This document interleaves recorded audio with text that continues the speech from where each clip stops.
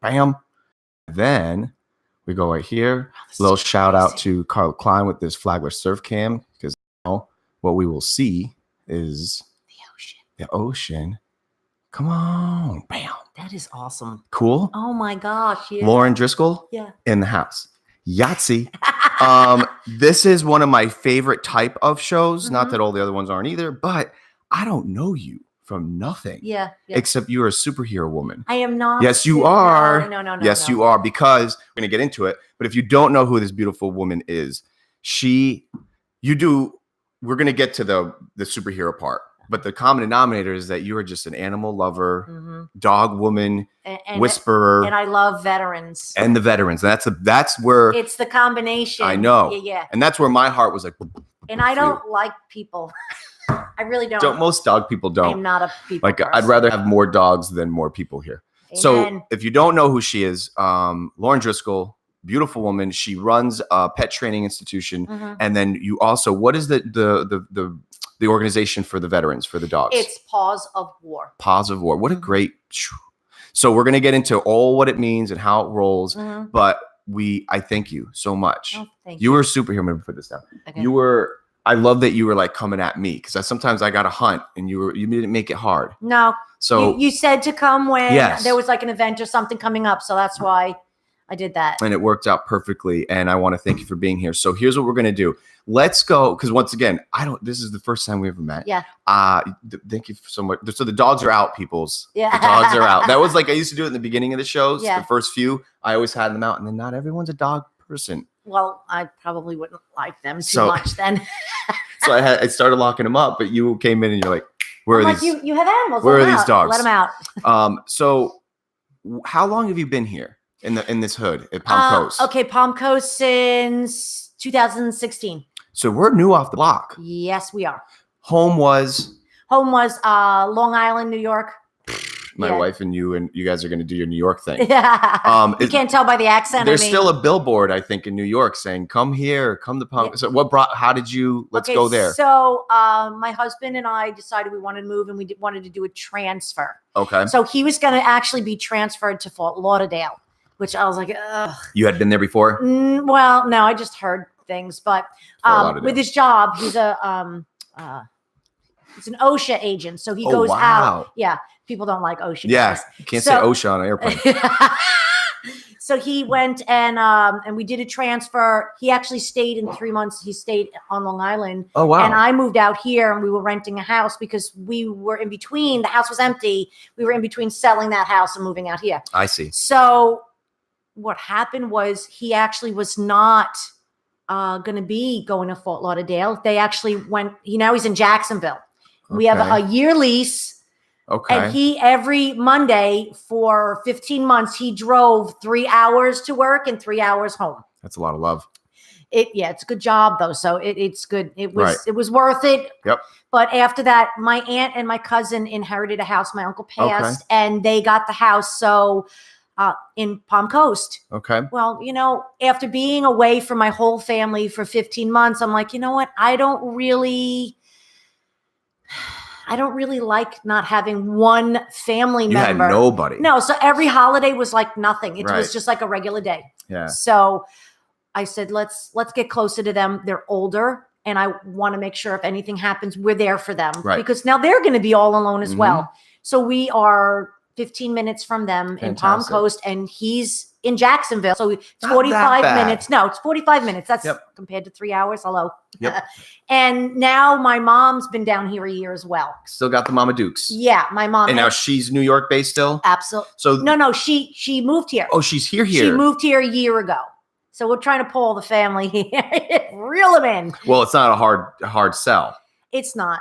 It's not. I think it's funny. We growing up here, we all grew up with like, screw this area. Who doesn't say that about their hometown? I'm my adolescence, right? Like, oh, screw this. Where are you from? Well, I'm originally from Massachusetts, but I moved here when I was like 3. Oh, okay. So you're not really from Yeah. So I've been here since like 86.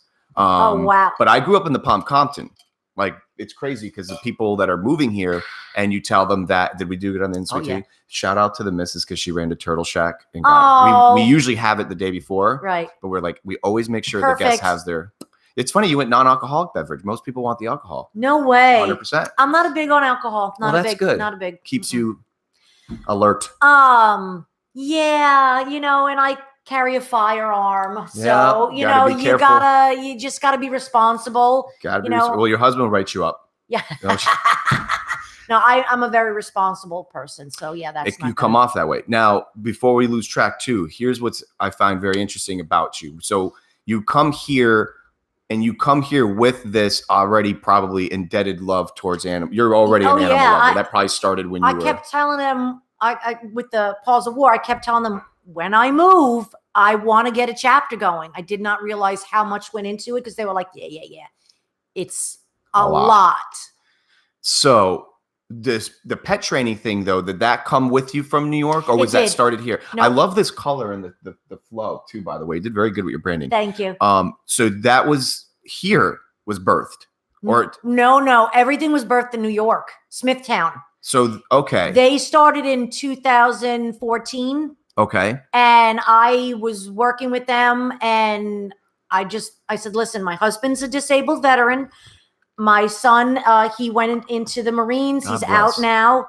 I said, I love all that stuff. And people always ask me, why didn't you go in? You know what? My family, the older generation of my family went through it, but the younger one didn't. Like my father, my grandfather, on my mom's side didn't, but my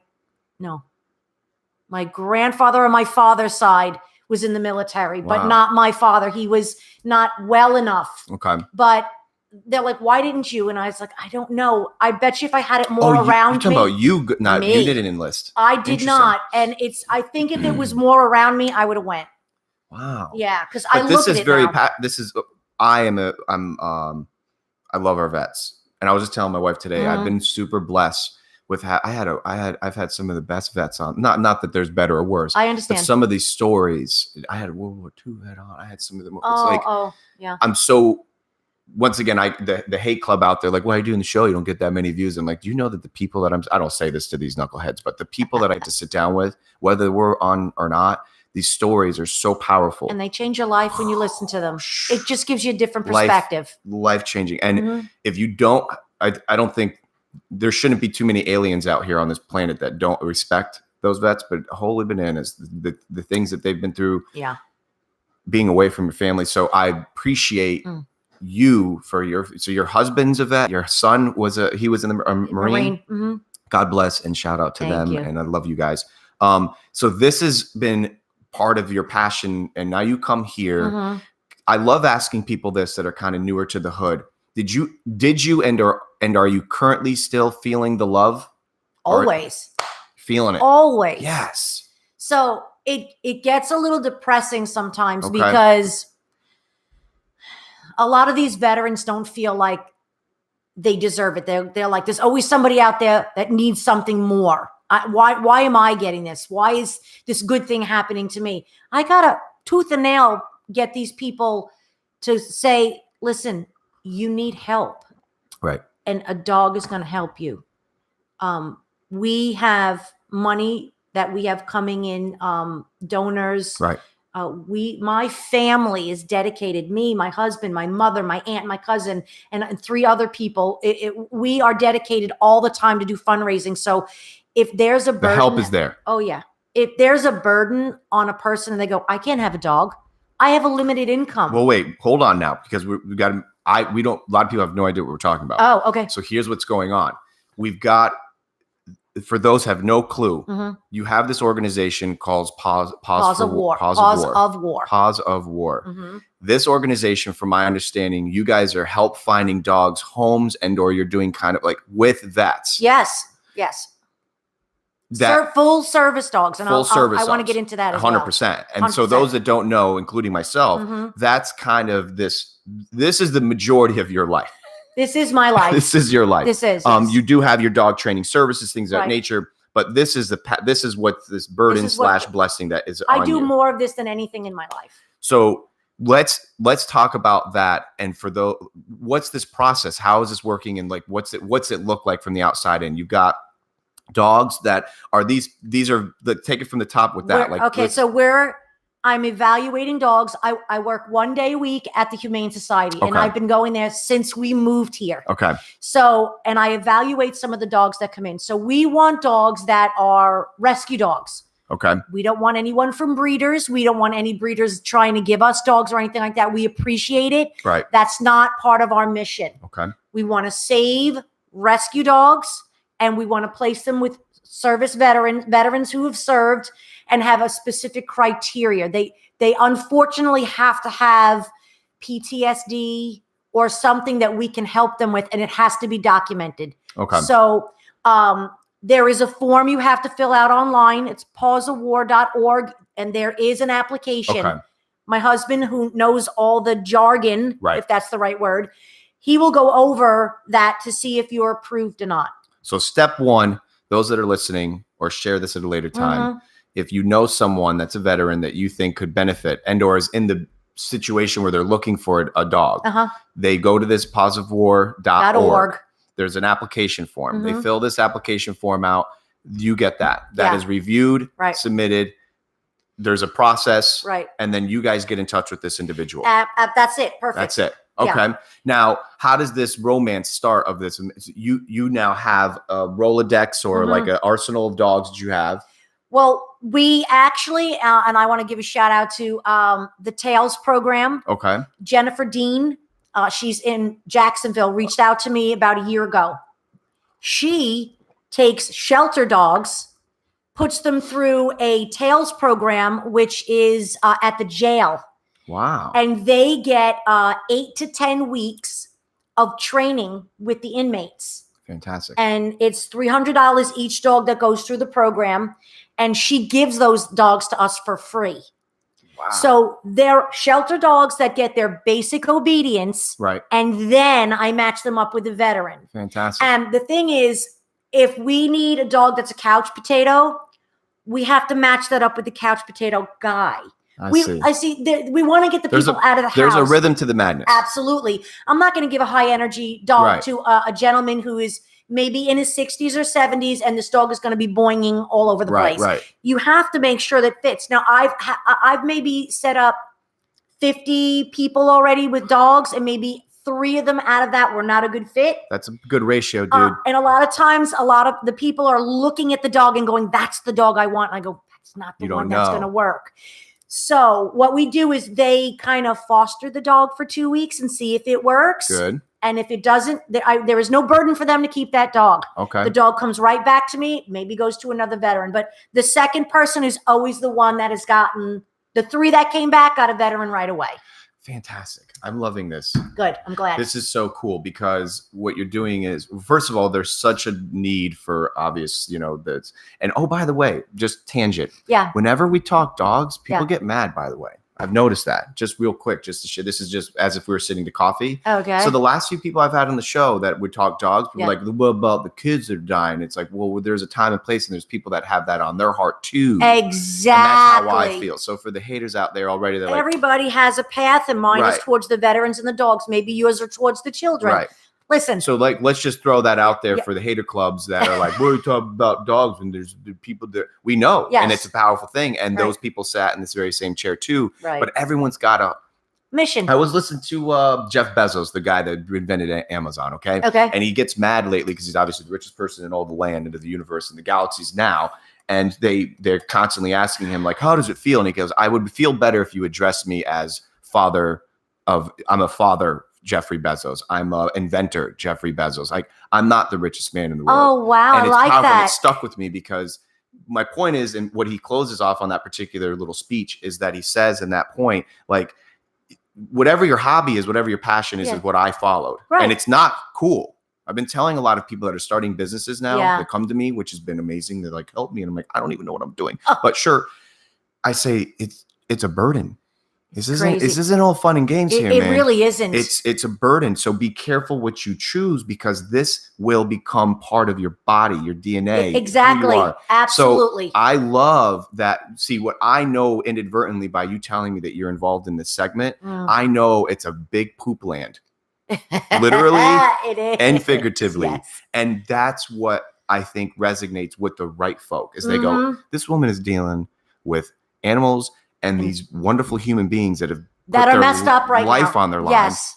So once again, that's just on a tangent to tell you, to reiterate that I appreciate you and I think it's fantastic. Thank you. And after today, we're in love now. Like Yeah. we already were, Yeah. but now it's like our first date. I'm so proud of you. Thank you. And anything I can do I appreciate that. you're getting love. Who's this one? Chewy. See, Chewy's making sure everything's okay.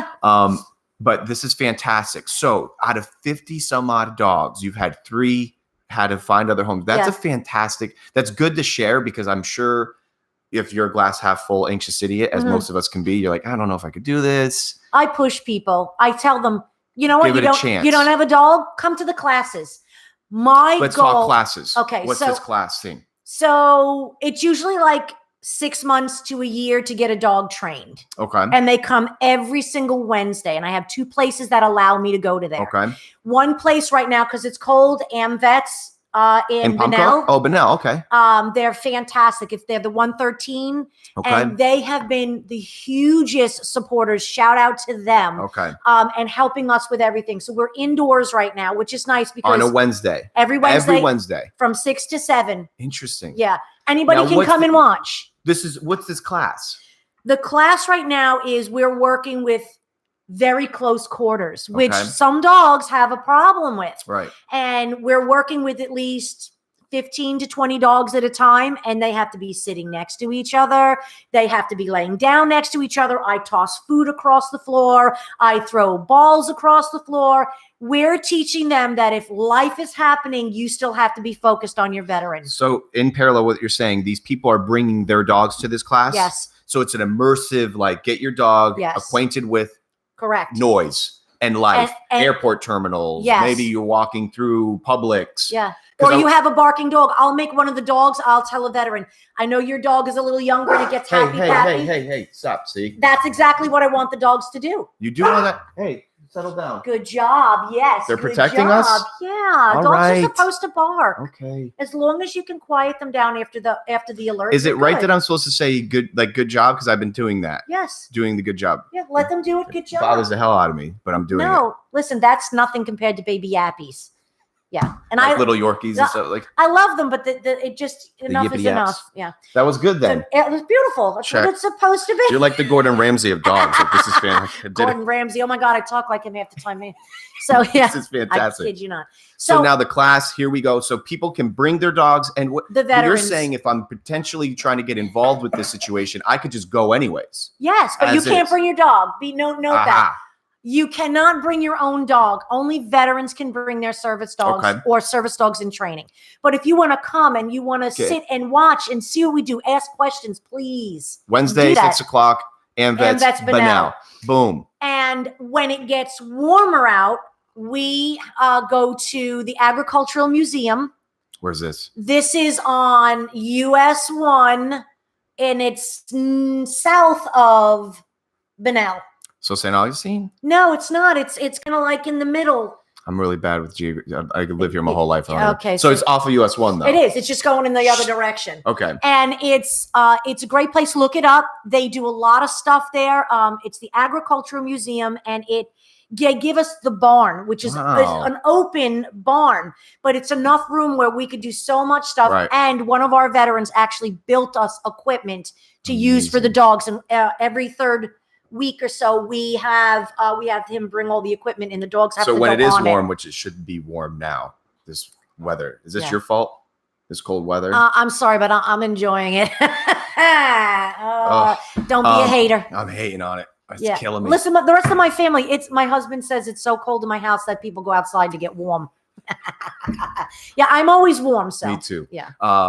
Speaking of which, babe, can you make sure the air is on like 71? I'd like it cold. Do you like it cold? Are you good? Is it too cold? 71. 72. Hold on a second. It's 68 in my house. 71 is good then. 71. Heat. Are you crazy, woman? You want heat? No. I don't even think heat should be invented. I don't need heat. Put a coat on. Yeah. 71. We got to get some air moving. So this is when it warms up. Will you have both simultaneously? Or no, we just go to one place or the other. Same day, same time? Yes. Interesting. So Wednesday's like That's our day. The Bible study for this moment. Correct. This is great. And once again, if you have any reservations, you could just go solo. And then I'm sure, correct me if I'm wrong, but are you the kind of woman I could like pick your brain at the end of the, like, excuse me? Like, at the end of the class? Yeah. If you're new, yes. If you're not new, no. You only get one pick. So I'm funny. They call me Gunny because, and I didn't know what a gunny was. Yeah, you were saying that earlier. What's this mean? Like it's someone who's in charge. It's someone who's in charge. You're the Capitan. Yeah. Oh yeah. And I'm like, why are you calling me that? And they go, because you're just in charge of everything. So when the guys get together, and this is my biggest thing, the guys some of them don't like to go out, the men and the women. When they have the PTSD and they have they don't like to go out. Yeah. So once they actually come to the class a couple of times and they will start to become friendly with the other people, that's what I love. They're bringing themselves back to that home base that they're used to from the military. It doesn't matter if they were in Vietnam or a Desert Storm. They have this camaraderie. Yep. And I'm looking for a building so that they can go there whenever they want. Their place. Yes. Safe place. They can say what they want to say. And they can go, listen, let's go have lunch. Let's go bring a couple of sandwiches, sit down, watch TV. Let's talk. Right. Let's get it out. And that is their safe place. And I feel that I'm creating that on my Wednesday nights. Love it. So what? Let it out. It's unexplainable. Isn't it a good feeling? I can't even. I get emotional sometimes because I feel that I am changing. They have done something that is just. You could never repay them. Ever. I mean, I can't even. Okay, I was in EMS, so I know that. I did that for 17 years, so I kind of get that. And I was even in some areas doing that in New York? where there was gunshots and stuff so I get that camaraderie and all that stuff.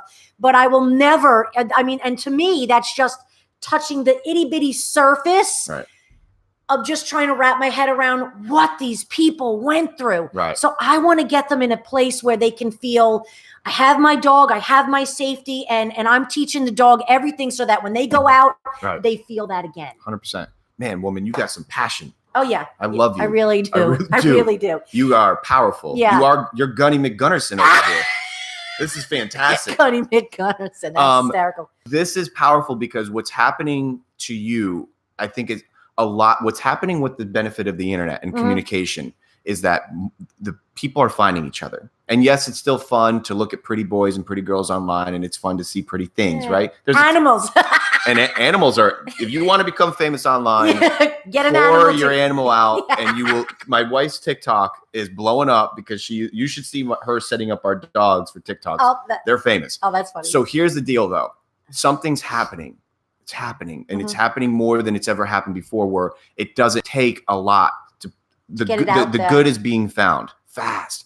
And I know exactly how you feel because it's unexplainable. It's humbling. It's weird. Humbling. That's a big word for me. And it's happened. This zone that you're in right now has turned into like this crazy love center. I don't even know what the hell's going on. And I did tell him, I was like, if I could at least make some little bit of living off of that would be fantastic because it's all burden of love. And the right people are starting to say, like, this woman does not need to be picking up poop all the time, but she's doing it because she's doing it for a greater cause. What you're supposed and to someone be doing cornered me the other day and said, hey, man, thank you for what you're doing because I'm sure it's annoying setting up your table for 3 hours out of a day where your wife has to go back to the dungeon. And you see my little quaint house. And I said, well, thank you, man. He goes, I appreciate what you're doing. And I thought, those are rare, but it's a powerful thing. It helps you to keep going. And I'll tell you what you probably already got. I had a random phone call the other day that is exactly what you're probably dealing with. I got a call from someone and said, hey, man, I just wanted to let you know I did X. And I said, oh, man, that's awesome. Like, high fives. Actually, this was in person, not even over the phone. And he goes, I did it. He goes, you want to know why I did it? And I said, sure. Like, because I did it because I know you would have did it. Oh, wow.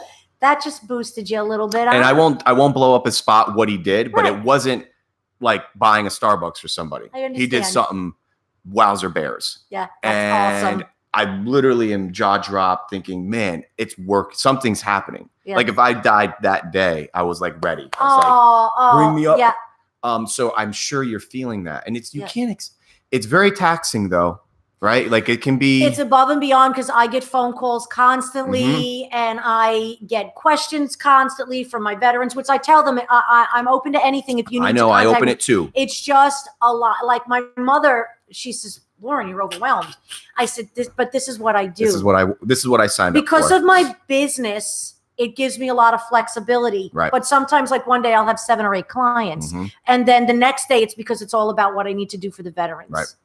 And I have to give. You have a good balance right now? Yeah, I think so. Are you sleeping? I do sleep. I have a sleep pap. I have a sleep pap machine now, but yeah. The number one thing, it's you got to sleep. You're sleeping. I am a good sleeper, actually. I lost my thought. No, you got it. You're picking. This is exactly what we're talking about. The fact of the matter, you got the balance. You have the clients. You're finding.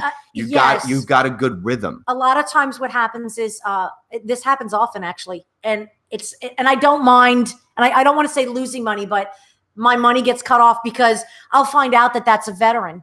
Like I'll say something like when you say, "Oh, outstanding job," they're like, "Who's in the military?" Right. And I'm like, "What do you mean?" They go, "That's a term a military person says." I get a lot of stuff from my husband. Well, you're picking it up. Yeah. Right. So, and I'll say this, and well, I was in the military, blah blah blah. So right there, instead of getting paid, I say, or I said, "Can I ask you something personal? Are you a disabled veteran? Do you have this, that, and the other thing?" And they'll tell me yes. And then I don't get paid because I go, you need to go into this program and that'll be that. You know what? And I don't mind doing it. You know what? Okay. So if I was making the money I should be making for every time, I'd be living the same way. I'd probably just have I'd probably have a nicer car hidden somewhere. Yeah, I know what you're saying. My point is that I think about it. We're just changing right now all of my accounting processes and all that. My wife's helped me. And when you start looking at like, wow, I have a slogan on the bottom of all my proposals and my invoices, and it says, when you give more in value than what you're asking for financially or fiscally, is this shift. And let me tell you something, our reward isn't here anyways. It isn't here. I mean, we're doing it when you're getting, I guarantee you, as I'm starting to fall in love with you, when you're pinging at your highest, and your love tank is overflowing, it's not because your bank account hit a new high level. It's probably because it's not. It's something it's unexplainable. It's not tangible. That's right. You're hitting that right on the head. Is that fair to say? Absolutely. But don't get me wrong. Is it frustrating when a bill comes and you're like, son of a? But the bills are always going to be there. You know what I love the most? Saying stuff like that. He's loving this. Is nice. When my husband and I, when we go out to eat, if we see somebody sitting by themselves, we have them come over and eat with us, especially if they're wearing some kind of a military hat. And then without them knowing, we pay for the bill and we leave. So that's just like my husband will go, there's a gentleman over there sitting by himself with a veteran hat. He'll go over and say, my wife and I would like you to join us and stuff like that. Is the stuff that just can't put a dollar on it. And to, this is the biggest thing. Hit it. They don't understand what they're giving to me because they give us the stories. This is where the stories, they tell us where they came from, what they've done, where they're going. And you know what? Maybe I'll get a veteran out of it that needs help that I can give back. My love. Now, okay, for those the reason why I think our show is doing good is that this is so real. This is literally our first date. Yeah. Don't know you. I'm now like, this is the real love, because here's what's happening. You try to tell I tell people this. I'm so greedy with my own scrolls of life that I'm learning every situation that I am in, no matter who you are. If I ask or I'm allowed to be in your presence and you're on my aeroplane, in an analogy, I am just good and or bad. Yeah. And that's what it's all about, that's the shift, I think, is that people think that it's all about just giving. It is about giving, but it's also about learning. Oh my God. They're going to give you, for instance, I had someone tell me the other day, I'm doing a lot more mentoring towards like a younger demographic. That's awesome. They need it. And they're like, they're going to learn so much from you. You're going to be a great help. And I'm like, they're going to teach me. You think? Oh my God, they're teaching me so much. Wow. Look, in my industry, okay, it's like soccer years and like dog years. A soccer player at 35, which I am, is 482 years old. In the internet game, I'm absolutely already trying to hold on to everything I can. Okay, listen, I couldn't even turn my phone off, dude. No one saw that, but we had a pre-show. I'll admit it. We had a pre-show tech issue. Technical difficulties. Dude, I can't shut my phone off. Put it in the back with your wife so nobody But you see, though? I know. It happens like that. And I'm not one of these knuckleheads that think like, I got it. Like, nah, brah. No. These young kids are already, they like use the phone without touching it. I know. It's like telepathy. And all the apps and stuff. Okay. So I'm all about keeping them close. Yeah, but that's my point. Good. So here you are with these people. You're learning more of what they've gone through. Ooh, makes me want to do it even more. Well, they say wisdom comes from other people's mistakes and issues, and like you're learning it.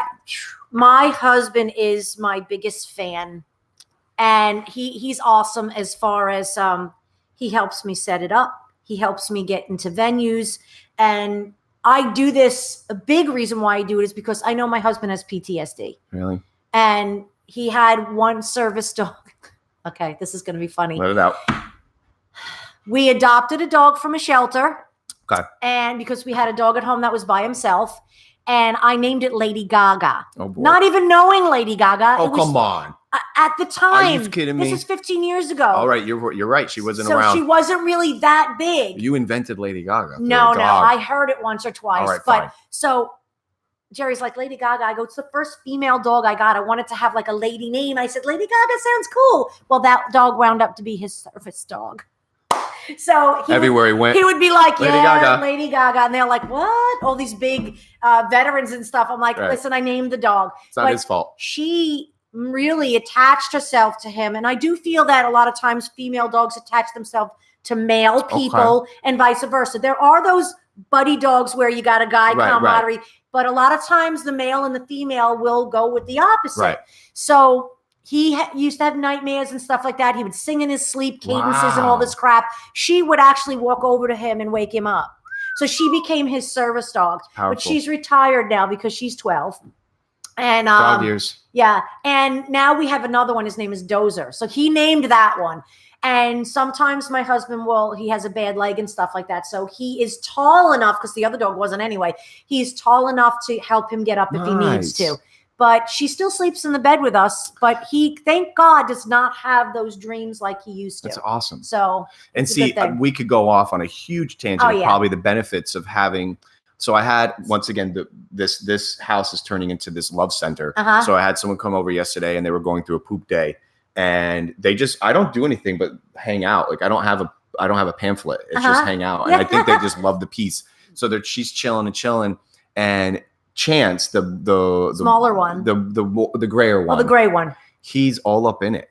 He's just like, kind of, you can tell he's like, yo, I know. I love that. He wouldn't leave her alone. And here she is, like, he like knew. They know. He knew that there's some things you can teach, and there's some things it's just, it is what it is. They know. Yeah. It's so powerful. Yeah. Did you, there's a clip circulating around on the internet, and it's a clip of this young disabled boy, and he's being laid.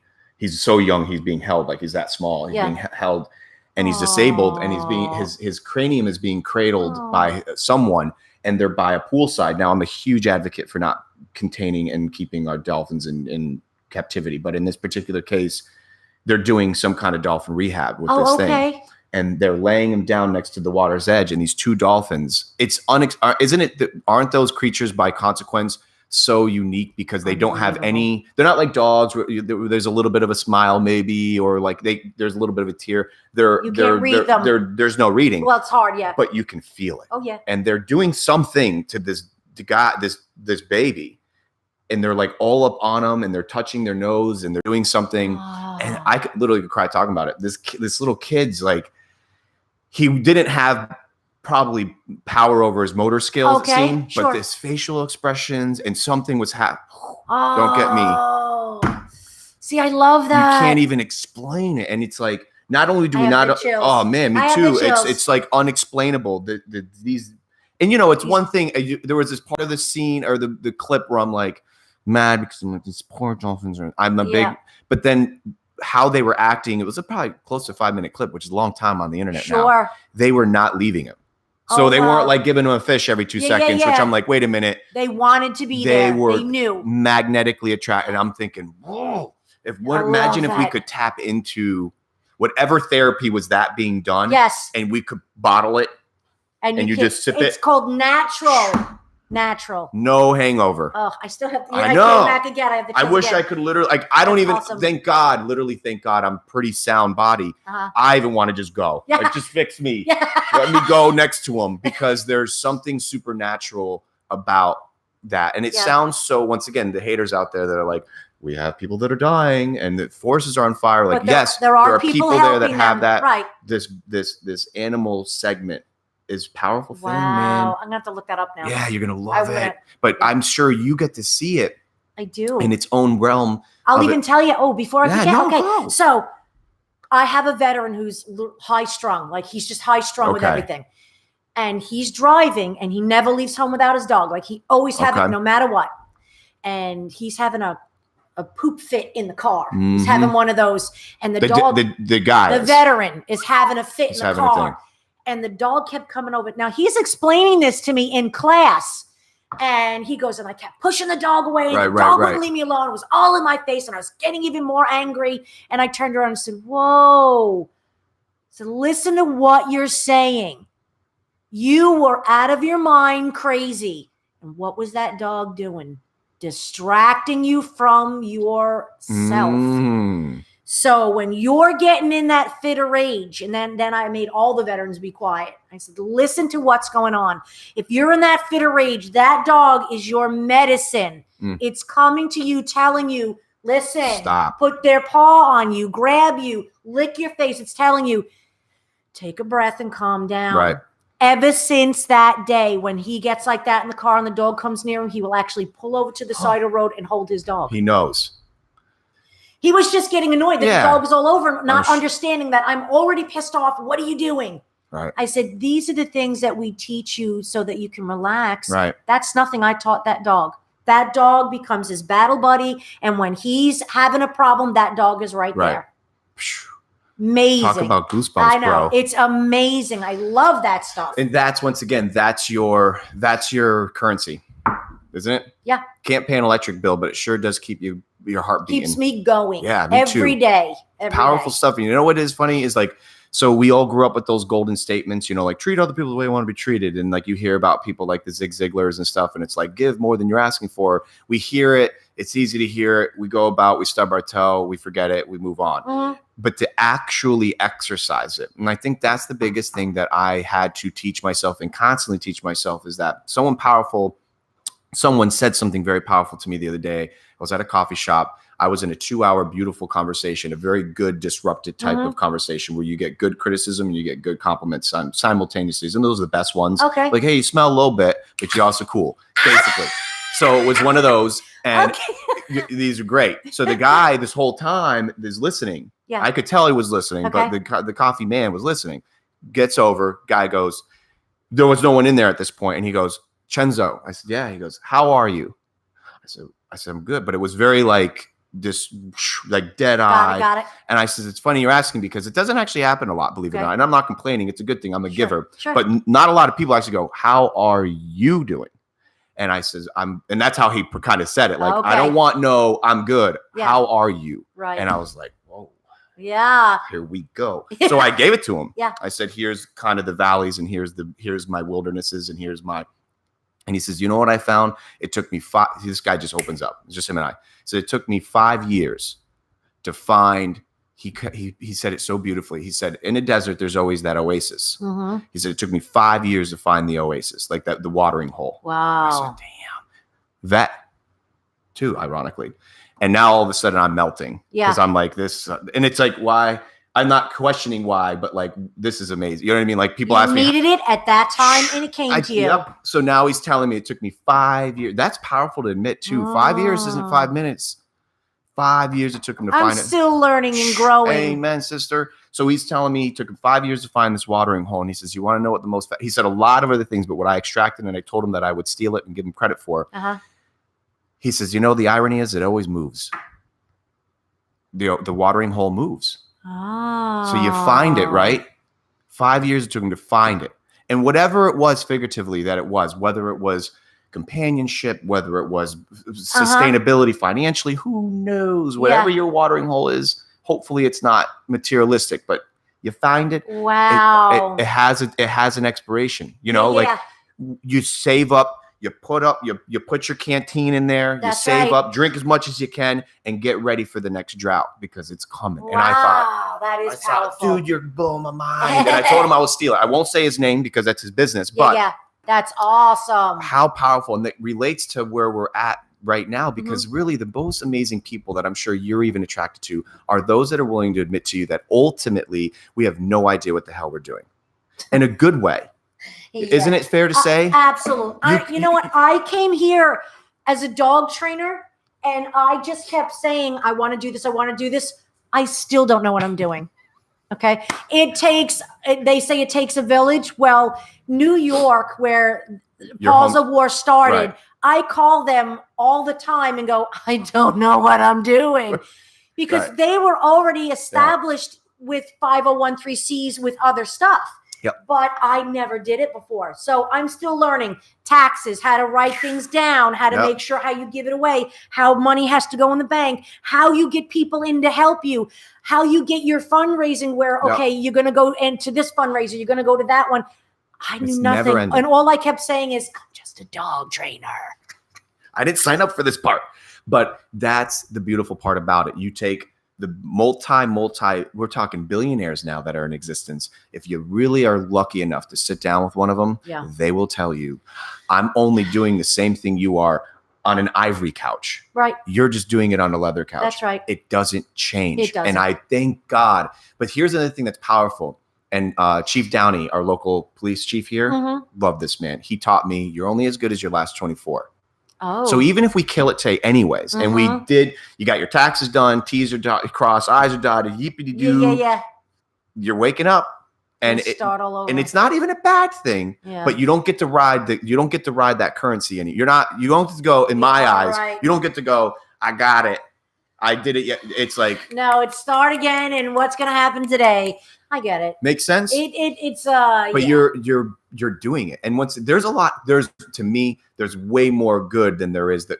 Like I said, just yesterday was accounting day. You ever want to not get me around you? Just say we're going to do numbers. And I'm like, I'm done. I can't make it. Like I will literally, I can't, I've been dreading it. We did it, but great feeling. We woke up today and I'm like, I feel like, but you know what? It's that now that it's over, sometimes I have a shirt being made right now and it says anxious idiot, ... in recovery. That's crazy. Because aren't we all anxious? We could I could turn like this. Like I could be like that. And then all of a sudden I go to set up at an event. Okay. You have an hour to set up. Okay. I have 17 vendors already coming to me because they have just finished setting up and I'm just pulling stuff out of my truck. And I'm like trying to, I go, can you give me 5? I'm not going to be able to set up in time. Can you give me, and then you have 2 more coming up. So now I have blockers. I go, you guys wean all these people out, tell them to come back. So I get it. I have a group of advisors. Awesome. And they each have something that they do for me because you can't do it alone. And I'm a control freak. If my husband was here, he'd be nodding his head up and down right now. He'd be clapping. Yes. And he goes, admitting it is your first step. That's right. So I have learned and I respect the people that are with us that are my advisors. And they each have their own thing to do. And I trust them so I don't have to micromanage. They have taken a lot off of my shout out shoulders. To them. Are you helicoptering? What does that mean? Are you over them still? Or are you? Yes. No. Okay. You're not over. You're not like. I'm not hovering. Good. They have to come to me for certain things, but they get their thing done. You're letting them do their safari. And then when they need me to come in, I come in and then I back out again. That was hard for you. I could taste it. Woo. Gunnarsson. It was really because I'm like, if something goes down, it's on me. That's how I'm looking at it. But I was able to it took me years. I'm sure. I'm in my 50s. Okay. It took me years to let that go because I'm always in charge of something. So there's a lot of value in what you're saying right now. And it applies to everybody in this earth, whether you're a business owner, whether you're working to do, you got to look at, I've been talking to this one particular person who's very dear to me right now. You know how like life goes in seasons and anything, and there's people that come and go. Yes. I got this wonderful person in my life right now who I'm calling her a pilot just because she's in a position where I think something came to me during it's good to talk because things come. And I love metaphors and analogies because it helps me put it into perspective. Yes. It helps younger folk and AKA me. I agree. Point is, here's what I'm learning at my 30 nothings. And you agree or disagree with me. Life is all about, we get stuck in this consumerism flight path, right? Whatever it is you do, even if it's great, even if you're Michael Jordan, right? You practice these days, you play, you have your championship game. We can get stuck in a flight path, no matter what it is, good or bad. It's important, I think, that I'm learning to maybe that one day just kind of fly somewhere different. I went from EMS to dog training. Yep. And even though the destination may be the same, take a different route because it stimulates something that we are not stimulating. Right. We're no longer hunter-gatherers, and it's never going to change unless there's a catastrophe. Yeah. But point is, it's not good for us, I think, to get stuck in, I'm flying at 30,000 feet today. I'm not even looking out the window. Yeah. Isn't it crazy when you hear about a stewardess that flies 5 times? And you know how dreadful flying somewhere is? You imagine you do it 5 times. You don't even, you start to lose the romanticism of going somewhere. I totally get that. So now I'm teaching and practicing, not even preaching, practicing, change the flight path a little bit. Don't go anarchist, don't go crazy, but look out the window and be most important. And I'll close on this with this particular subject is be very particular about who you let on that aeroplane. Isn't it true? Yeah, it's true. I can go into so much with that comment right there. And then you got in the cherry is the first class.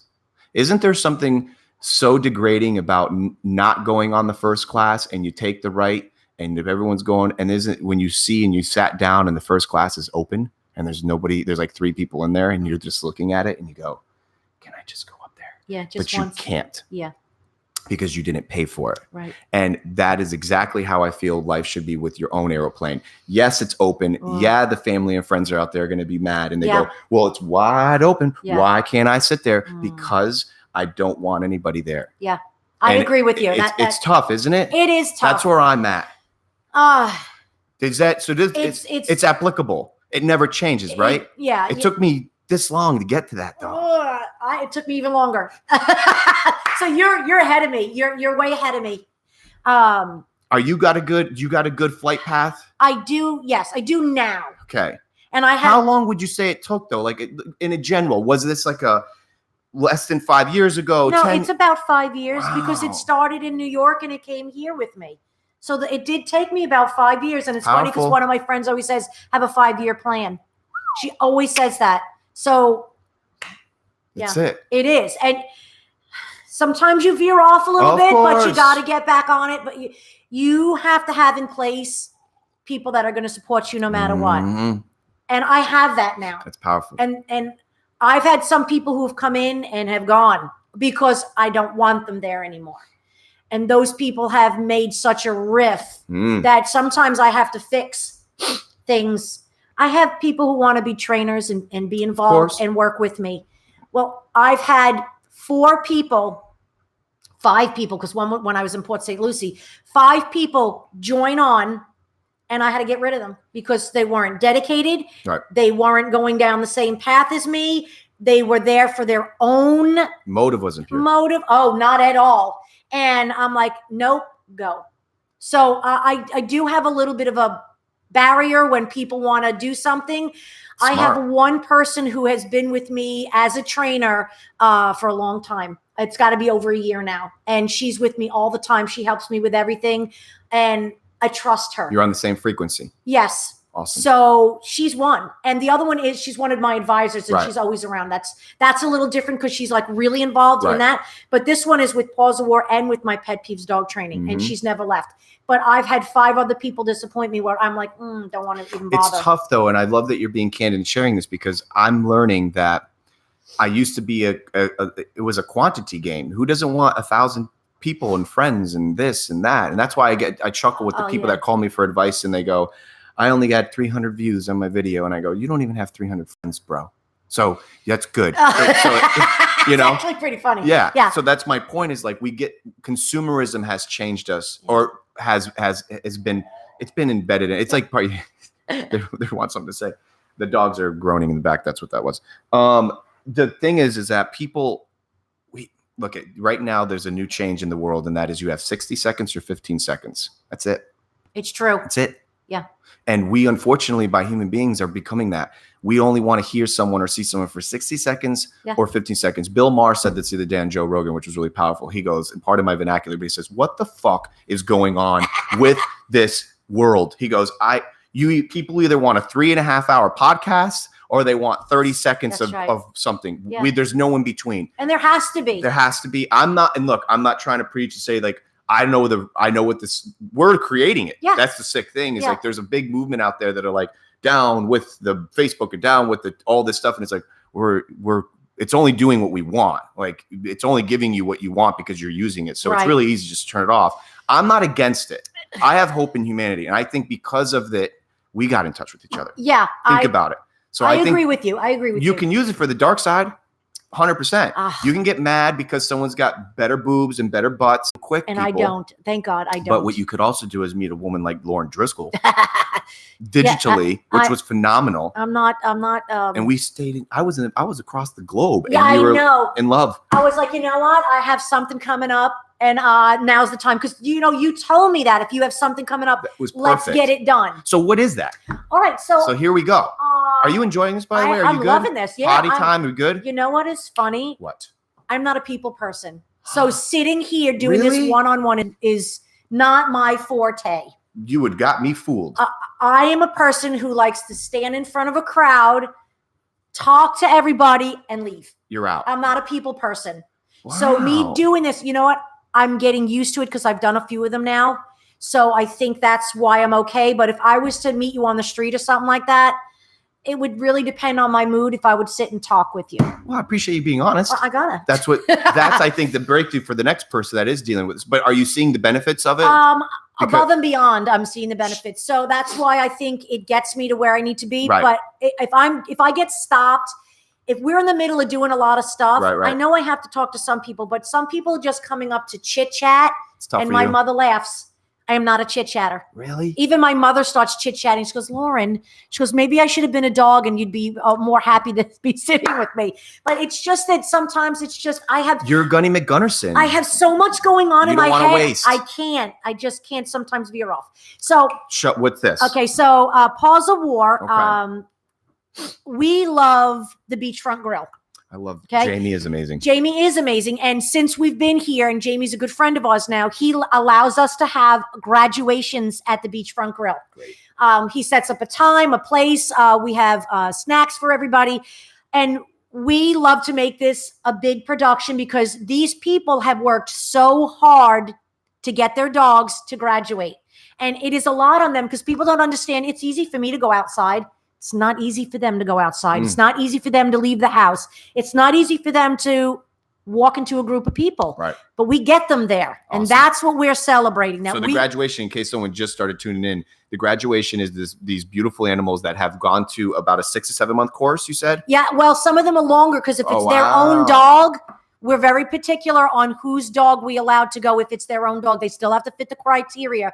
But if they do, their dog sometimes has to go longer because they got really bad habits. So it's rather arbitrary, but they're leaving there ready to go. Yes. Now at that graduation, they have already been teamed up with a vet, or are they? Oh yes. That's so awesome. See, I do it here differently than they do in New York. Okay.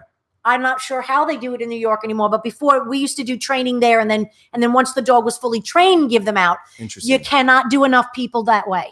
I was doing 3 or 4 dogs at a time. You have to train with the dog many times a day, every day. Right. I didn't have a life. So I wanted to still do this and have a life. Right. So what you do is you match the dogs up right from the get-go. They train with the dogs. Smart. It's much smarter because the dogs that I was training, once you get in a group and they're matched up with someone, the dog wants to be with me. It doesn't want to be with leader. Always. And I am so balanced with them, and the veteran that they get is not. So teaching them to start getting balanced with them is taking away from their time. Correct. I feel that the buddy should match up right from the get-go. So I could do 6, 10, 12 dogs at a time. Now I'm helping all these dogs and all these veterans, not 3, And it would take me 7 or 8 months to it. do it. So I'm now moving the process So this quicker. graduation, I've seen the videos, and it's talk about a tearjerker. Yeah. You guys are causing the web, breaking the internet on those days. So you got there's a ceremony, and this ceremony is upcoming. Is it? When is it? This weekend? It's Saturday. That's why we did it today at 11 o'clock. So at Beachfront Grill. Okay. And what we're doing is it's a celebration where we take the in training off the vest, and it just says service dog. They get their service dog card, which proves to them that they went through a reputable company that trains service dogs, and we are recognized by the VA, and not just buying something off the internet and slapping it on a nutty dog. Right. And that they are now perfect battle buddies working with each other, and they're certified dogs. They are certified service dogs. Amazing. And we have 11 that are going to be Saturday, 11 of them. And every time I tell somebody when they're graduating, the emotion that comes over these people they go, oh my God, I'm so humbled. I'm getting the chills. I'm so humbled. And me being such a gunny, when I have tears rolling down my face, it touches me because I did something that I gave back to them. To me, I gave back part of their life that they lost somewhere else. Amen, sister. And I just can't. And it has no expiration date. No, and it's an emotional thing. I fixed something. Me, my control freak. I fixed something. Right. So them getting all of that, and we recognizing each one of them. It's the start of a new beginning. It really is. Now, if they want to still come to classes, they can come. If they want to come maybe once a week, once a month, every couple of months, they only are required to come once a year now to make sure that whatever they do, whatever the task is. So I want to get into that. We're getting into it. There is differences between emotional support, therapy, and service dogs. Service dogs are the above and beyond everything. You don't leave home without it. It's like your wallet and your identification. Okay. So they can go into every place without restriction as long as they are full service dogs. Okay. If they are in training and they're acting out, the person who is handling the dog, the veterans are considered handlers. They must get up and leave those premises. If the dog is acting out, if it's jumping up on the chair, if it's begging, if it's not sitting quietly under a table, they must leave. And that's okay if they act out a little bit, because this is training. Right. But you must be considerate, get up and leave. And then maybe try it again another day. You should never have somebody come over and go, you must leave with your dog. So, and believe me, they listen to everything I say, because there is no screwing around. This is either black or white. There is no gray. Right. And do not make all my efforts and pause of war efforts look bad because you're having a bad day and you want to sit there and start arguing with somebody. They already know that. Boom. Gunny McGunnison. I love this. Absolutely. So I believe, and I have to relook it up, I believe the only place that they can actually be restricted is a church. Interesting. A place of God. So you can't bring your dog? They can restrict it. Oh, they can still say not allowed. Correct. Interesting. But any other place, I believe, yes. They should not be charged if they have a service dog. You don't have to put down a down payment. If you're renting a place, there is no extra charge unless you're. So wait, are we diving in? Because I like this. Are we diving into some quick tips of like service dogs? Service dogs. Yes. Okay. So right off the bat, once again, there is technically, in theory, churches may be one of the gray areas that can still decline your entrance. Correct. If you're renting, there is no extra charge. What about if you're traveling? That was my next one. Okay. If you go on a plane, they cannot charge you for an extra seat unless your dog is so big that it takes up a huge amount of space. Then they are allowed to charge you for that extra seat. Interesting. But because it's so big. Right. Other than that, if your dog can lay down right in front of you, in front of your feet, you're good. Yeah. And just let them know in the beginning that you're traveling with a service dog. What about staying at a hotel or an Airbnb that cannot charge you? Cannot charge you. This is a medication. You must have this dog with you, or you cannot be properly in your so right legally, mind. because obviously it's happening. I mean, oh yes, we don't have papers for our dogs, but we always travel where dog-friendly places are allowed, sure, and we get charged. And now, thank God, we've got enough reviews that most of the time she writes and they go, our dogs are like little humans. We're going to leave that place better than we leave it. Yeah, they usually deduct all the poop fees of like the but you're saying legally, if you do have your dog that is a registered, well, there is no registration. That's the problem. So things are still, that's the issue here. What's going on? That's the They're problem. trying to make it a statewide registration, but it's going so slow. So somebody can do something stupid, which can actually ruin it for someone else by buying a $26 thing. People, if somebody has a vest on and it actually has a patch on it from a reputable company and not just a dog that has a vest on that on the side says service dog or something, it's probably not real. Right. Okay. Do you think it's a growing epidemic? Do you think there's It is. Yeah. It is. And it just breaks my heart. Because it's ruining it for the people that need it. And it with all the stuff that I'm trying to do, there's evil out there that I hope karma hits them. I understand. Your dog, when you're in a restaurant, it shouldn't be sitting next to you in a chair. It shouldn't be in a stroller. If you're in a store, all four on the floor. I could feel it, woman. Okay. I could feel it. My husband is that the rhythm, by the way? Is it four? That's the four on the floor.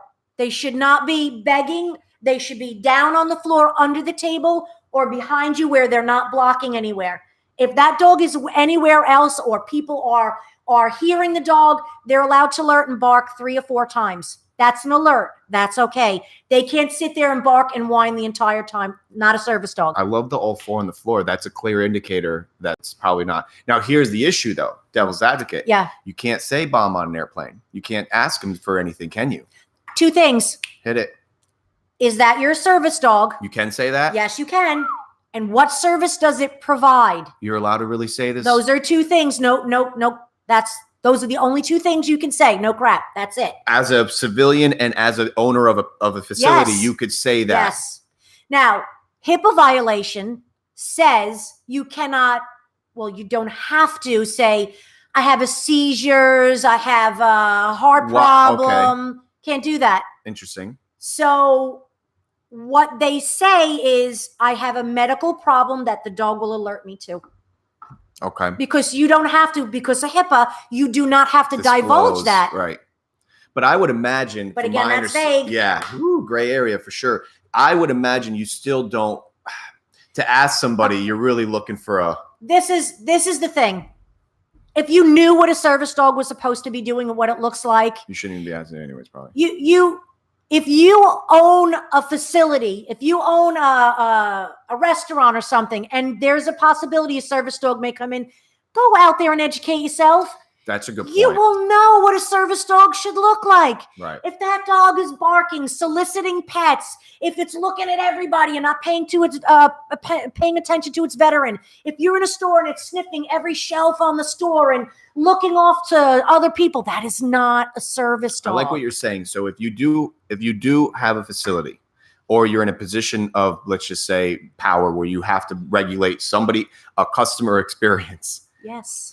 Educate yourself and know. Please. Now, let me say this then. What if you're educated? Yeah. You know, I'm running the Turtle Shack. I'm the manager on duty. Sure. Dog comes in and it's inside. It's not the dog friendly area where it's universal. It's inside. It looks the part. Yeah. And I just know.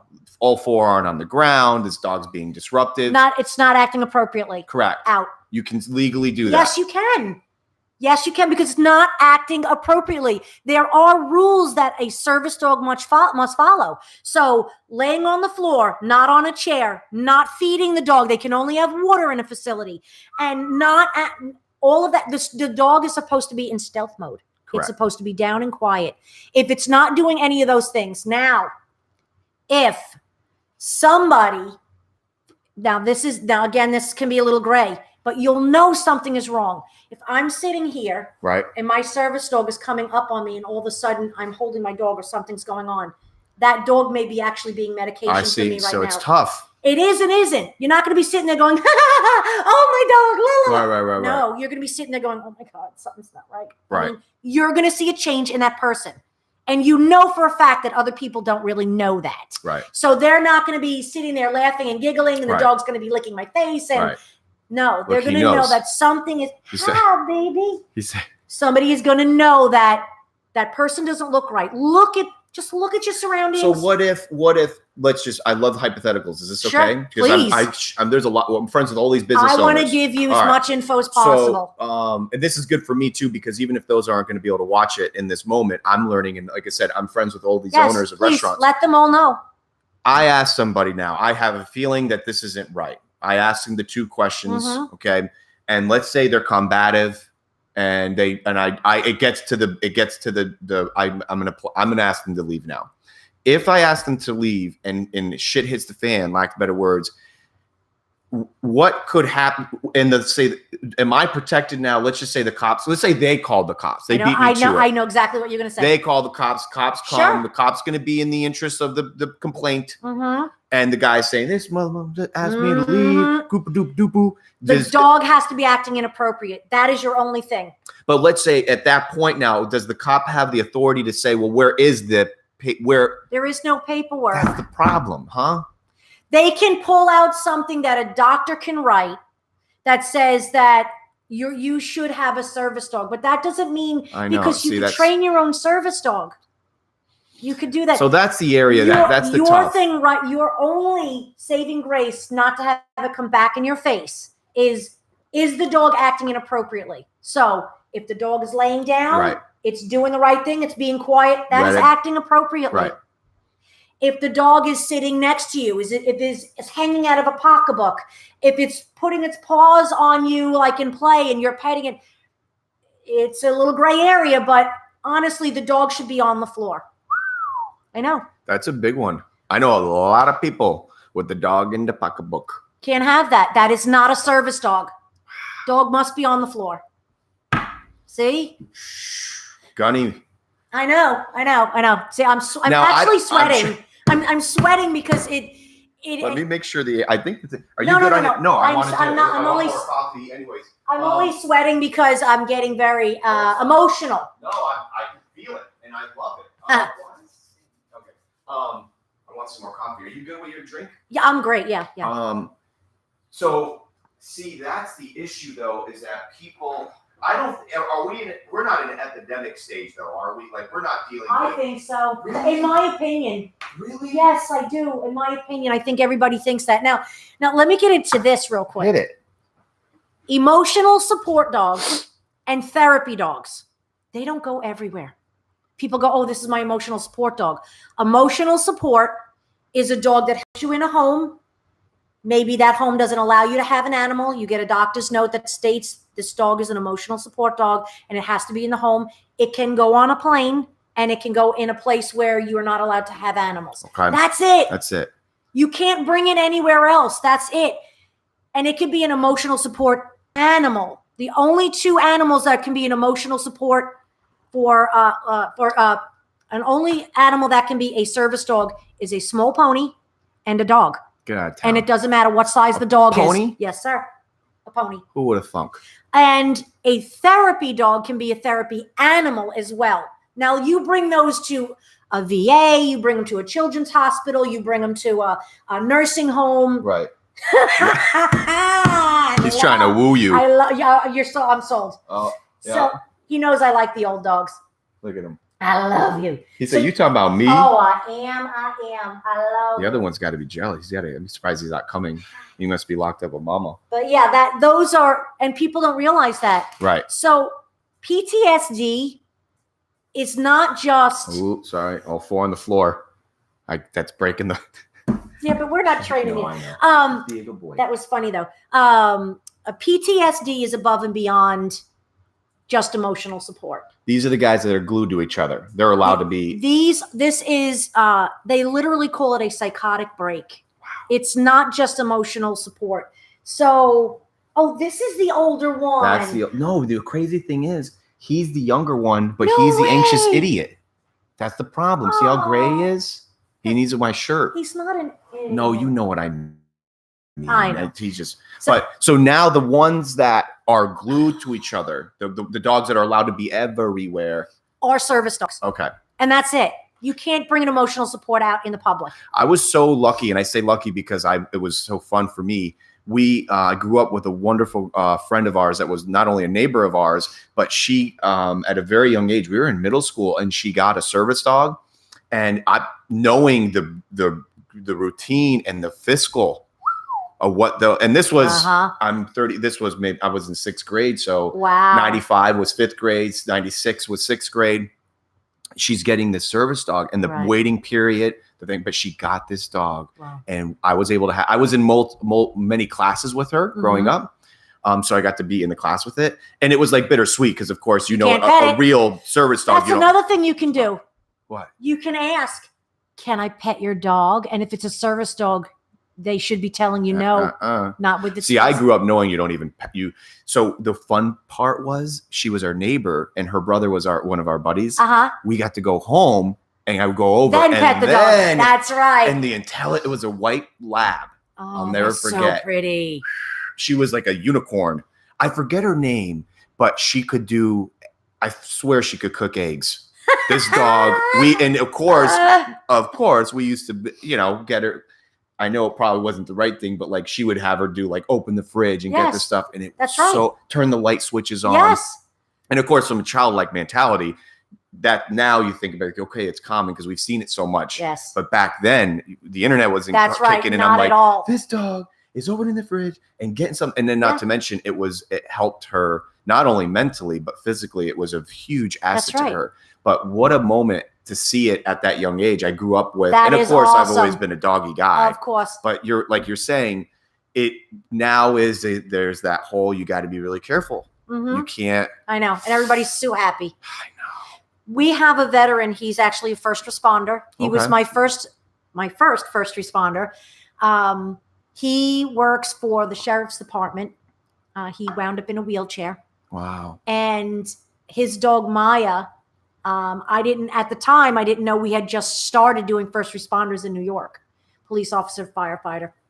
And I said to my husband, because he is the president of the Blue Knights, I said to him, I go, if he needs a service dog, even without being part of Paws of War, I will for free train him a service dog. Yes. So I spoke to New York and they said, no, we just started doing first responders. And I was like, yes. So his dog, he's in a wheelchair. His dog does opening and closing the refrigerator, closing doors, opening lights. She can take the grocery bags out of the car and carry them inside. She can go get the phone. She is a lab mix. Those labs. Listen, we have every breed. Trust me. I know, but the labs are. I'm a little biased. Yeah. She can pick up a spoon, a fork, anything off the floor. Wow. She pulls his wheelchair from the front of the bed to the side of the bed, and some of those things are on my Facebook page if you want to see them. The videos. Yes, and she can pick his clothes up off the floor and give it to him. Amazing. So we just kept going on and on and on. Right. But these are specific things. Now, service dogs must do a task, and that's what makes them a service dog. I see. Let's get into that just a little bit. 90% are mental, as in the PTSD. But some of these guys, they don't walk well. They can't bend over. Right. They are so hypervigilant, they don't want to go into a room where it's dark. So we actually have a dog clear a room, it's called. They will turn the light on, go around the room, make sure no one's in it, and then the person can come in. Fascinating. Because some guys at night, or women, they will actually twice go around the house to make sure everything is locked in the house before they can even go to bed. A lot of these are probably people too that are not non-companionship situations, maybe too, right? No, well, really? No, they have families and they're just so hyper. Doesn't matter. Yep. And we've taught dogs to turn the lights on, shut them off, do the sweep in the house. Right. So there's if the dog doesn't do a task, it's not a service dog. And we have what was his name? I'm trying to think of the dog's name. Bruno. Bruno was a dog that this gentleman was so hyper vigilant. he was the first dog I actually did that needed to clear rooms in the house. Wow. He would go, Bruno, clear. He would turn the light on, and he was tall enough, so he just flicked the light up with his nose, went around, and I would have someone come with me and we'd put them in a room, and we'd have them clear the room, and one room would have somebody in it. He'd sit down right in front of that door, alerting and telling me that there's a person behind there, and then we would play with him and stuff. So he was the first person I did that with who said, Lauren, I don't need him for anything else except for watching my back and making sure everything is good. Right. So we actually do a watch command where when we're standing there, like say the guy or the woman is in a line to pay for something. Right. The watch command is the dog goes from the right to the left and it turns around and watches your back. Get out of town. So if somebody comes too close, either the dog can bark a couple of times or will actually stand up and tells you somebody's right behind you. Wow. So once again, this is helping those out that have issues in crowded areas, non-crowded areas, who just once again have been affected negatively to some capacity. That helps bring that peace and that what normal situations are. They can't get to that and operate in that frequency. It's powerful stuff, man. And it's so funny because I can hear haters out there. That's just what it is, being this like host of a show that are once again like, you guys are just talking about dogs. All right, well, tomorrow you talk about someone else. Bingo. But it's so powerful. And honestly, there's nothing that makes me happier when I know that, like, if I'm not here a particular day or I'm out of town for the weekend, she has somebody with her. Bingo, bango. And that's why you don't shut them down when they're barking. I know. I'm getting better at that. It's been tough. I know. I was kind of I never like. I mean, I'm not. It's just it was annoying because they can see really well, obviously, because the window's so low. Yeah. And we have a awesome neighborhood where I say we all know each other's pet's name. It's a dead end road, so great. Like everybody knows each other. That's great. But they just, but I am getting better at saying good job, and they seem to kind of like. That's right. Because I know what they're doing. But you're supposed to. They're doing their job. You can't stifle them from doing their job. And I can't confuse them because if I'm yelling at them and then I'm not here and then I want them. Because I say that half the time, I don't care. Half the time we don't have our door locked. So come on, people. So if you want, I have a Mastiff, a pit bull, and you come on down. Same thing. I tell you, these poor delivery drivers they won't even come close to the door anymore because you would think I have like 18 gorillas in here, but no, it's really fascinating. I really mean this. As we get to be more and more close together, I'm very happy and I'm very proud of you. And I'm trying to find another word to use as proud because I'm not above looking down. I'm proud, meaning like I want to be like you. I appreciate You're that. You're a very powerful woman. And man, are you passionate. Yeah. You are Gunny McGunnerson. Like if I had to go to war, I need you. Like I need you on my side. I'd be in charge. Hell yeah, you would be. I'm just one of those take charge people. Have you always been that way? Every day of my life. Since you were like grade school days, like people knew like. I was always the protector. I was always the, let me fix this. I was always the, I got What's this. your sibling situation? You have I have an older sister who's 2.5 years older than me, but we're real different. Really interesting. I would imagine you were the head of the... No, but funny you say that. My sister was always a lot smaller and tinier than me, and I feel like I'm a big girl. And in high school, when she's in high school, I'm in middle school, and I used to go over there and beat girls up that were picking on my sister. So you always had it in you. Always. The protector of the fam. In charge. I have to be in charge. Love it. Yeah. It's a burden though. It can be once again but I'm taxing. getting better now that where I am, you're in a good place. I really am. I can't taste even.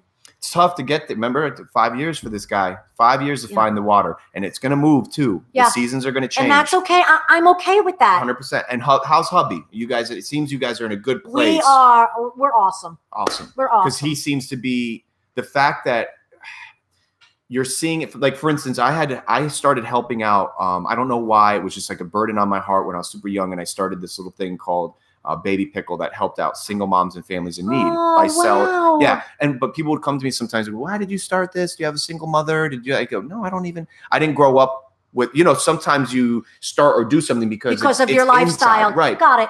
I grew up with a nucleus family and we weren't rich by any means, but I got to go to Disney once a year and that was, and we had a pool. So I was a bazillionaire. And everyone came to our house. So like I grew up with everything. I didn't have really wants. Got it. And it was great. But my point is that it's very powerful when you actually know that taste. Yes. And to have your husband as a vet and to have him and to know what it's done for him and the breakthrough that it's given him. Yeah. And all the others too. I can imagine. Thank God my husband is not my husband is not, he's not really bad off, which is great. And I'm happy for that. 100%. But I really do have ones that are not. I'm sure. I can only. Those are the ones you got 11 I'm all graduates. That's awesome. 11 this 11 time. lives have been. Well, I know, but just alone. We're up to over. I think it's about 60. Let's see. 60 Since you've been doing this. Since here, yeah. Just here alone. No, I did some in New York, just a couple in Newark, but the majority but still, here no, in Florida. through your 10 fingers. Well, yeah, I did 60, at least 60. What a moment. Yeah, I love it. And like I said, I know that you're so Gunny McGunderson that you don't even think by the next day it's on. I need another 60. I'm sure. Well, you're not 11 leaving. I need 11 Let's more. go. Keep it going. I want to get the word out there that we're here. Right. We're here to talk to you. I want to get that camaraderie for you. We have vets that probably went through similar situations where if you can't talk to someone else, here you go. This is what this is. Now, what if someone wasn't a vet? Can someone still get involved in this? Or are you trying to keep it? There's nothing wrong with that. No, I mean, what do you mean? Like, for instance, if I was looking into having a service animal, but I wasn't a vet. Pet peeves dog training will train it. Boom. So that's why you've got this other in parallel. You've got this other hat. I could still do it. Yep. Boom. Yeah. So that's good for people to know too. So if you're not a vet, this isn't like don't bother you. Right. You could. But there's no cost to the veterans. It's free. That's so fascinating. Yeah.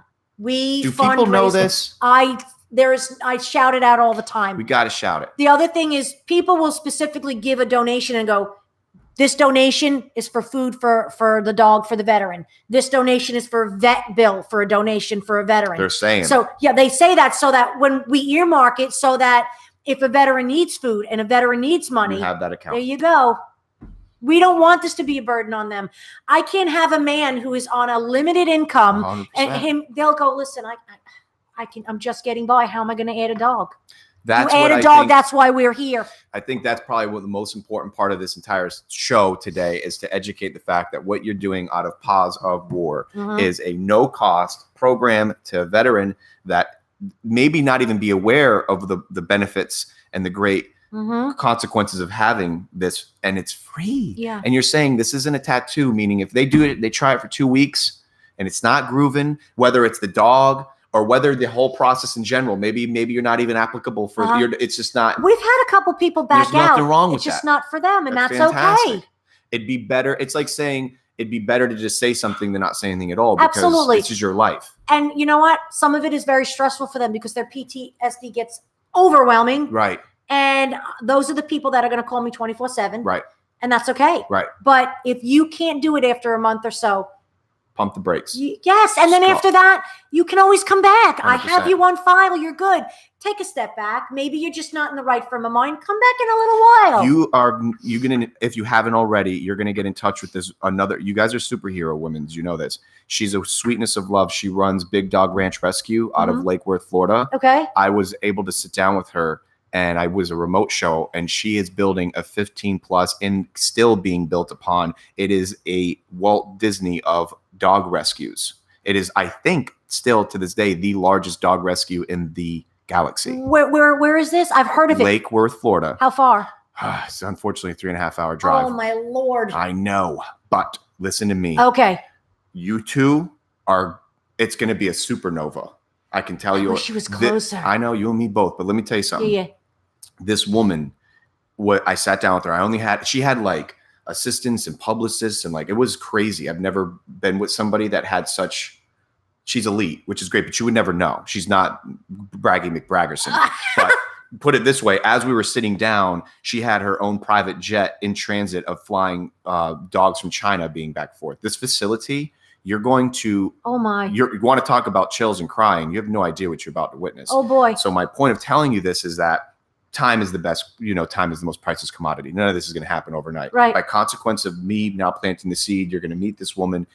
You two she has no patience or even care about anything except she knew we were walking around this facility and I'm talking hundreds of dogs. Oh, I would love to She has puppy areas. Everything is quarantined. She has it down to a science. She's building it from scratch. My point is this. She's got 5 people walking around her that I can almost guarantee you she didn't even know the names of these people. They're like assistants holding her phone this way. Yeah. She literally is walking around the facility and she knew every dog's name. That's why when I first came in here and you said the woman's name and I said, what's the dog's name? I don't know their names. I just know the dogs. She's the same way. She's not in it for the accolades. She's not in it and you can tell that even when she's sitting down with you, that she's not looking through you, but she's already thinking. Put it this way. I'll tell you one little blip of a story about her where I was like, I'm the glass half full guy. I look for reasons not to want to be somewhere. Why not to like someone? What are your idiosyncrasies that are not in parallel with me? Okay. This woman, we're walking around. They had just brought in this pit bull, that dog that was emaciated. I don't know. This is what happens with her. She brings it in there. It's given to her. It's emaciated. It looks like it's on the brink of death. It needs a $15,000 spinal reconstruction. She has her own veterinarian clinic that she has on property that she is building and facilitates. Okay. My jaw's dropping right now. $15,000, like it was a dog that was owned by Lady Gaga. You would think, why are you putting 15 grand into this emaciated pit bull that could have just died and no one would have known any difference? Oh. While it's under anesthesia, they find out it's pregnant but they had no clue because it was so emaciated. Oh my God. Oh my God. The dog now gets its own freestanding building that's a quarantined area. She's able to give birth to the puppy. She has a nurse on call that's there 24 hours a day. They birth these puppies. They do the process. Yeah, you and me both, woman. And now I got to meet this dog. And let me tell you something. It's one thing to have dialogue like this with her. Yeah. We walked around the facility. All of a sudden, she became a different being. Like she walked in there and was like literally this dog, the interaction with this dog, with that woman, metaphysical. Oh. Not normal. The dog gets up very gingerly because it's got to cut down its entire back. The dog got up and their puppies are there. And you want to talk about like, if my wife needed another reason to love me, give me a break. If my wife is watching this interaction, I'm watching this interaction. I have it on camera.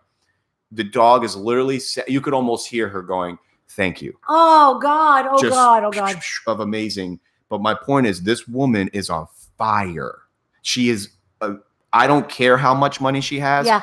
All I know is that whatever Walt Disney was doing, she's doing for dogs. This facility, the grass at the facility, Lauren, is turf, just so that the dogs don't have carrier diseases. She's putting turf on acres and acres and acres of property just so that they can be outside, but yet once again not deal with fleas.